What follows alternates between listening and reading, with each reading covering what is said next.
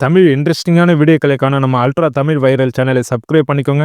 மறக்காம பக்கத்தில் இருக்கிற பெல் பட்டனை டச் பண்ணி ஆல் என்ற ஆப்ஷனை வரும் அழுத்திக்கோங்க. அப்பதான் நம்ம போடுற புது புது வீடியோக்கள் உங்களுக்கு வந்து கொண்டே இருக்கும். வணக்கம் நண்பர்களே, இன்றைக்கு நாம் பேச போகும் மனிதர் திரையில் மட்டும் ஹீரோ இல்ல, வாழ்க்கையிலும் ஹீரோ.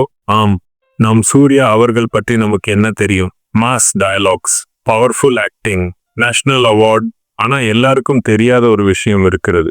அவர் உதவி செய்யும் போது அது ஹெட்லைன்ஸாக மாறக்கூடாது என்பதே அவரின் விருப்பம்.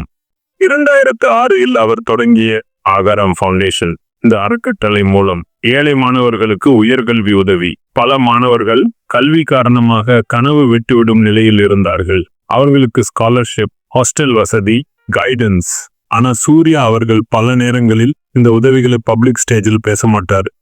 யாருக்கும் தெரியாம பல அகரம் பெனிஃபிஷரிஸ் சொல்லும் ஒரு விஷயம். அவர் நேரில் வந்து பேசுவார்.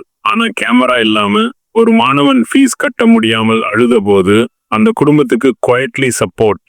ஒரு பெண் மாணவி ஹையர் எஜுகேஷன் போக முடியாத நிலை, அவருக்கு முழு ஆதரவு. இவையெல்லாம் சோசியல் மீடியா போஸ்ட் ஆகவில்லை.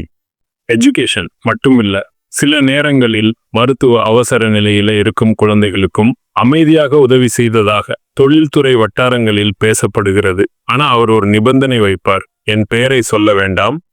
அவரது மனைவி ஜோதிகா அவர்கள் சமூக சேவையில் மிக முக்கிய பங்கு.